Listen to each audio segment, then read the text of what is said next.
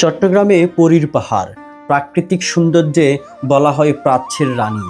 এই পরীর পাহাড়ে মানুষ মূলত ন্যায় বিচার পেতে, আইনি বিরোধ নিষ্পত্তি করতে এবং উন্নয়ন সংক্রান্ত ও আইনশৃঙ্খলা উন্নতির জন্য গিয়ে থাকেন।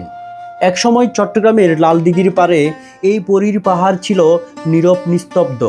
পরবর্তীতে 1857 সালে ব্রিটিশরা এই পাহাড়ের চৌড়ায় আদালত এবং অন্যান্য সরকারি অফিস স্থানান্তর করেন। তখন থেকে এটি গুরুত্বপূর্ণ স্থানে পরিণত হয়। এরপর থেকেই পরীর পাহাড় চট্টগ্রামের প্রশাসনিক ও বিচারিক কার্যক্রমের কেন্দ্রবিন্দু হয়ে ওঠে। স্থানীয়দের দাবি, এই পাহাড়ের চূড়ায় এক সময় পরীরা থাকত বলে একটি প্রাচীন কল্পকাহিনী আছে। মানুষ বিশ্বাস করত যে জিন ও পরীরা এক সময় চট্টগ্রামে রাজত্ব করত এবং তারা বিশ্বাস করত এই পাহাড়ের চূড়ায় পরী ছিল। এই প্রাচীন কল্পকাহিনী থেকেই পরীর পাহাড় নামটি এসেছে। এর পূর্বে চট্টগ্রামে কোনো পাহাড়ের কোনো আনুষ্ঠানিক নাম ছিল না। চতুর্দশ শতাব্দীতে পাহাড় ও টিলাবেষ্টিত চট্টগ্রাম ঘিরে ছিল নানা গল্প। ব্রিটিশ শাসনামলে পরীর পাহাড়ের মালিক ছিলেন পর্তুগিজ নাগরিক জন হ্যারি।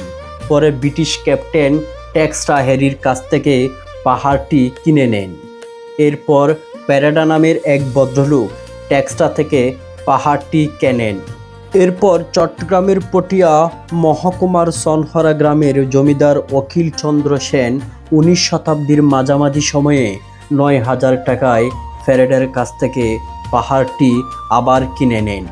পরবর্তীতে নতুন শহর দক্ষিণে বিস্তৃত হলে ব্রিটিশ সরকার প্রশাসনিক অফিস ও আদালত অন্যান্য জায়গায় স্থানান্তরের পরিকল্পনা করেন। এর লক্ষ্যে ব্রিটিশ সরকার 1889 সালে জমিদার অখিল চন্দ্র সেনের কাছ থেকে পরীর পাহাড় অধিগ্রহণপূর্বক 1894 সালে ওই পাহাড়ের চূড়ায় একটি দোতলা ভবন নির্মাণ করেন।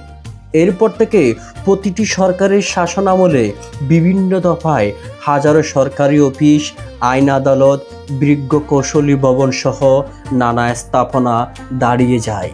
এখানে 0 পয়েন্ট লেখাটি কোনো নির্দিষ্ট তারিখে পরীর পাহাড় বা কোট হিল নাম থেকে নামকরণ করা হয়নি।